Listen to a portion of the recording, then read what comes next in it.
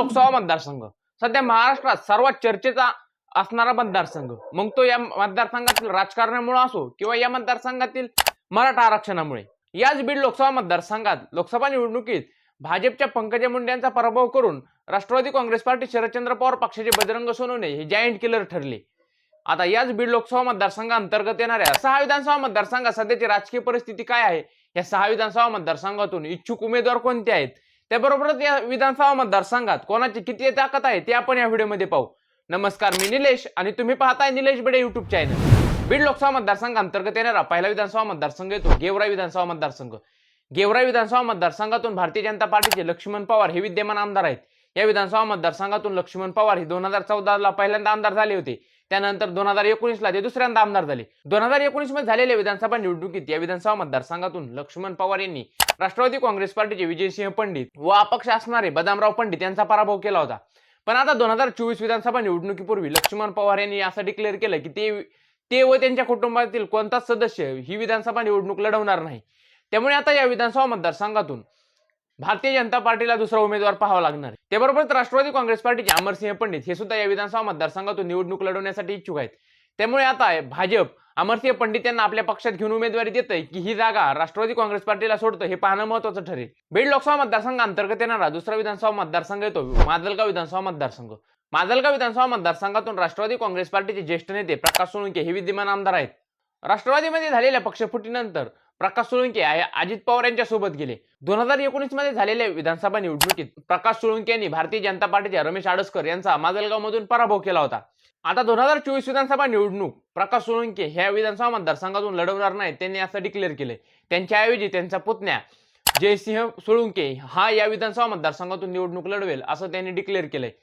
पण त्याबरोबरच या विधानसभा मतदारसंघातून भारतीय जनता पार्टीचे रमेश आडसकर हे सुद्धा निवडणूक लढवण्यासाठी इच्छुक आहेत.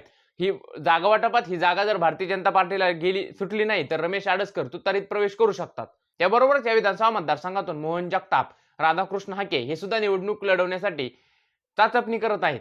त्यामुळे या विधानसभा मतदारसंघाची उमेदवारी कोणाला मिळते हे पाहणं महत्त्वाचं ठरेल. बीड लोकसभा मतदारसंघांतर्गत येणारा तिसरा विधानसभा मतदारसंघ आहे बीड विधानसभा मतदारसंघ. बीड विधानसभा मतदारसंघातून राष्ट्रवादी काँग्रेस पार्टीचे संदीप क्षीरसागर हे विद्यमान आमदार आहेत.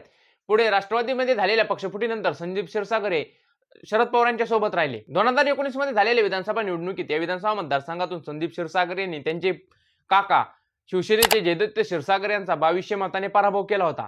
त्याबरोबर 2024 मध्ये झालेल्या विधानसभा निवडणुकीत या बीड विधानसभा मतदारसंघातून बजरंग सोनवणे यांना निवडून आणण्यासाठी संदीप क्षीरसागर यांनी आपली पूर्ण ताकद पणाला लावली होती. पण याचाच तोटा संदीप क्षीरसागर यांना येणाऱ्या विधानसभा निवडणुकीत होईल असं बोललं जातंय. बीड विधानसभा मतदारसंघात संदीप क्षीरसागर यांच्यावरती नाराजी दिसून येत आहे.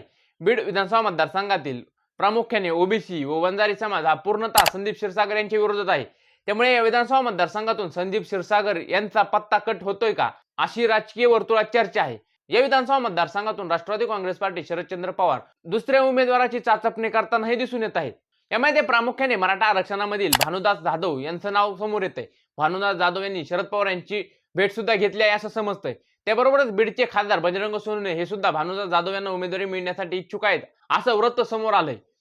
त्यामुळे या विधानसभा मतदारसंघातून संदीप क्षीरसागर यांना तिकीट मिळते का हे पाहणं महत्त्वाचं ठरेल. बीड विधानसभा मतदारसंघांतर्गत येणारा चौथा विधानसभा मतदारसंघ आहे आष्टी पाटोदा शिरूर विधानसभा मतदारसंघ. आष्टी पाटोदा शिरूर विधानसभा मतदारसंघातून राष्ट्रवादी काँग्रेस पार्टीचे बाळासाहेब आजबे हे विद्यमान आमदार आहेत. बाळासाहेब आजबे सध्या अजित पवार यांच्या सोबत आहेत. या विधानसभा मतदारसंघातून 2019 मध्ये झालेल्या विधानसभा निवडणुकीत बाळासाहेब आजबे यांनी भारतीय जनता पार्टीच्या भीमराव धोंडे यांचा पराभव केला होता. पण आता 2024 विधानसभा निवडणुकीपूर्वी या विधानसभा मतदारसंघात राजकीय परिस्थिती पूर्णतः बदलली आहे. या विधानसभा मतदारसंघात भाजप व राष्ट्रवादी काँग्रेस पार्टी महायुतीमध्ये सोबत असल्यामुळे या मतदारसंघात तिकीट वाटपासाठी मोठी चुरस निर्माण झाली आहे.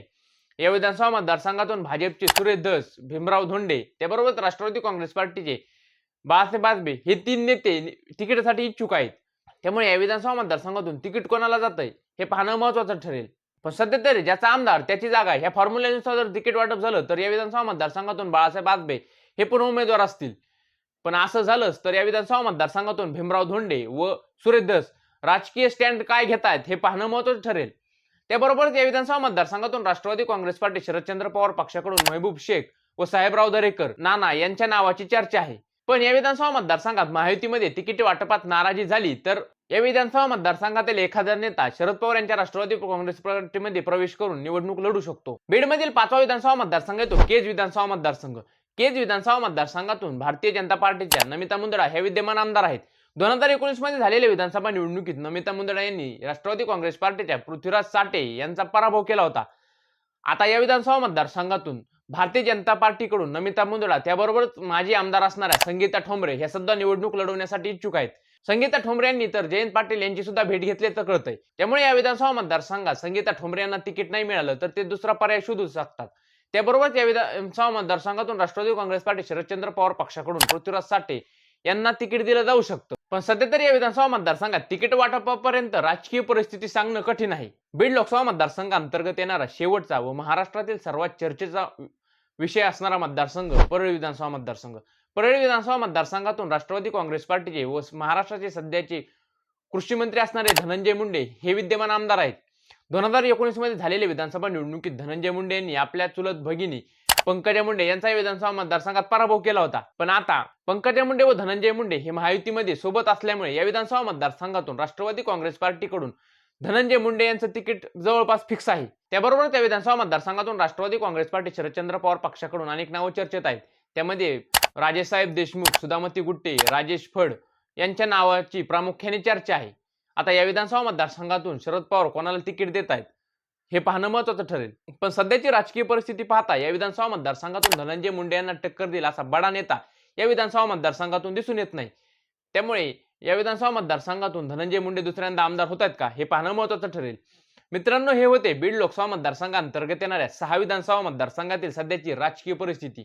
या 6 विधानसभा मतदारसंघातून महायुती की महाविकास आघाडी कोणाचे सर्वात जास्त आमदार निवडून येतील तुम्हाला काय वाटतं कमेंट करून नक्की सांगा.